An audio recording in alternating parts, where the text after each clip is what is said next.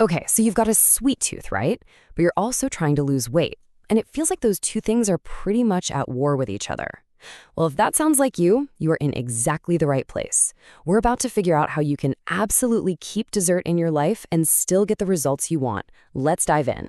So let me ask you something, and be honest. Have you ever had that moment where you just declare, that's it, no more sweets, ever? Of course you have. We've all been there. It feels like the right first step. But what if I told you that's the very thing that sets you up to fail? It's all because of this really sneaky psychological trap. And that, my friend, is what's known as the forbidden fruit effect.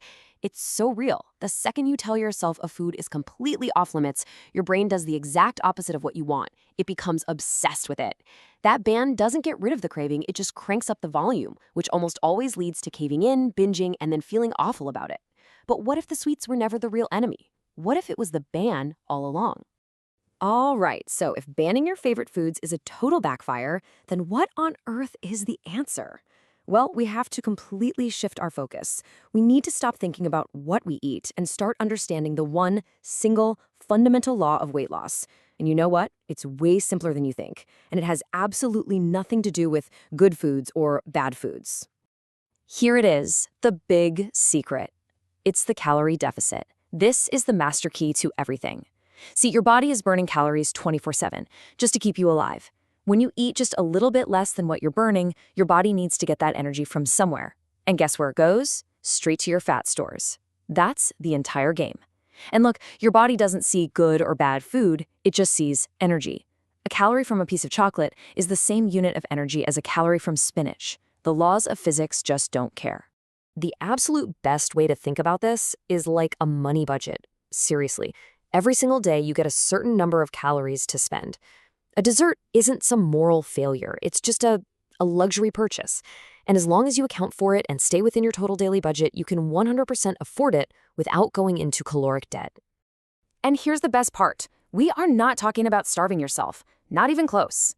A gentle, totally sustainable deficit of just 300 to 500 calories a day, that is the sweet spot. That's enough for steady, stress-free weight loss. This isn't about feeling deprived. It's just about managing your budget so you always have room for the things you enjoy.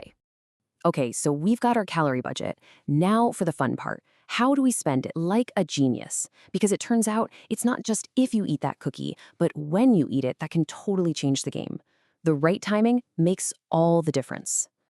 Okay, listen up, because this is huge. Eating something sweet on an empty stomach is like pouring rocket fuel into your system. You get this insane blood sugar spike, your body releases a ton of insulin, which is a fat storage hormone, and then you crash hard, leaving you even hungrier than before. But if you eat that exact same dessert after a balanced meal, the protein and fiber from your food act like a buffer. They slow everything down, preventing that wild roller coaster. So here is your new guilt-free dessert ritual. It's so simple. First, eat a real meal, something with protein and fiber. Then, just give your body a little head start, maybe 30 to 60 minutes. And then, go enjoy your dessert. Slowly, actually taste it. You'll be shocked at how much more satisfying a small piece feels when you do it this way. All right, theory's great, but let's get down to the practical stuff. We've got the why down, so now let's build your personal toolkit. The things you can literally start doing the second this is over to make this whole thing feel easy. First up, let's talk about making some smart swaps. Not all sweets are created equal, right?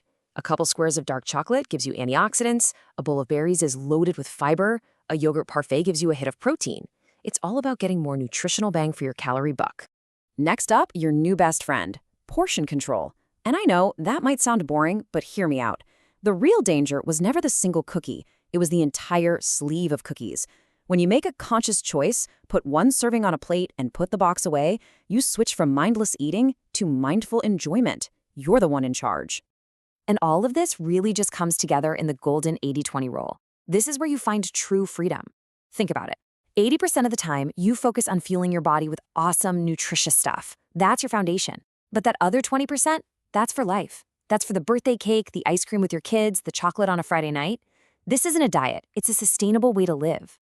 But wait, there's more. Your success isn't just decided on your plate. There are these two hidden allies, these secret weapons that can make hitting your calorie deficit feel almost effortless, especially if you're a busy person. So allow me to introduce you to your new secret weapon. Its name is NEAT.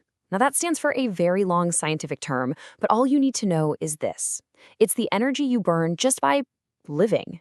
It's pacing while you're on the phone, taking the stairs, tapping your feet, all that little stuff that isn't a formal workout. And you might think, oh, that can't be matched, but you would be wrong. The impact is huge. We're talking an extra 200 to 500 calories burned per day just by making these tiny tweaks. Think about that for a second. You can literally earn your daily dessert just by fidgeting a little more. It's amazing. And finally, we have to talk about sleep. This is non-negotiable. When you don't get enough sleep, your body's hormones go completely haywire. Ghrelin, that's your go eat now hormone, goes through the roof. At the same time, leptin, your I'm full, stop eating hormone, takes a nosedive. It is the perfect storm for intense, uncontrollable sugar cravings. Good sleep is an appetite control strategy, period. So let's zoom out and bring it all home. What we've really been talking about this whole time is a massive shift in your entire philosophy. It's about moving away from that old broken model of restriction and willpower, and instead creating an intelligent, flexible system that actually fits into your real life. And if you take one thing away from all of this, please let it be this. This isn't about finding more willpower or trying harder. It's about building a smarter system. When you optimize when you eat your sweets, when you weave in more daily movement, and when you protect your sleep, you create a system that works for you, not against you. Look, this whole approach isn't about some massive, dramatic overhaul overnight. It's built on small, smart, consistent wins. So that brings me to my final question for you. What's your one thing? What is one simple habit from all of this that you're going to start today? Maybe it's the post-meal dessert rule. Maybe you'll just park a little bit further away. Whatever it is, that one small choice is the beginning of a whole new game.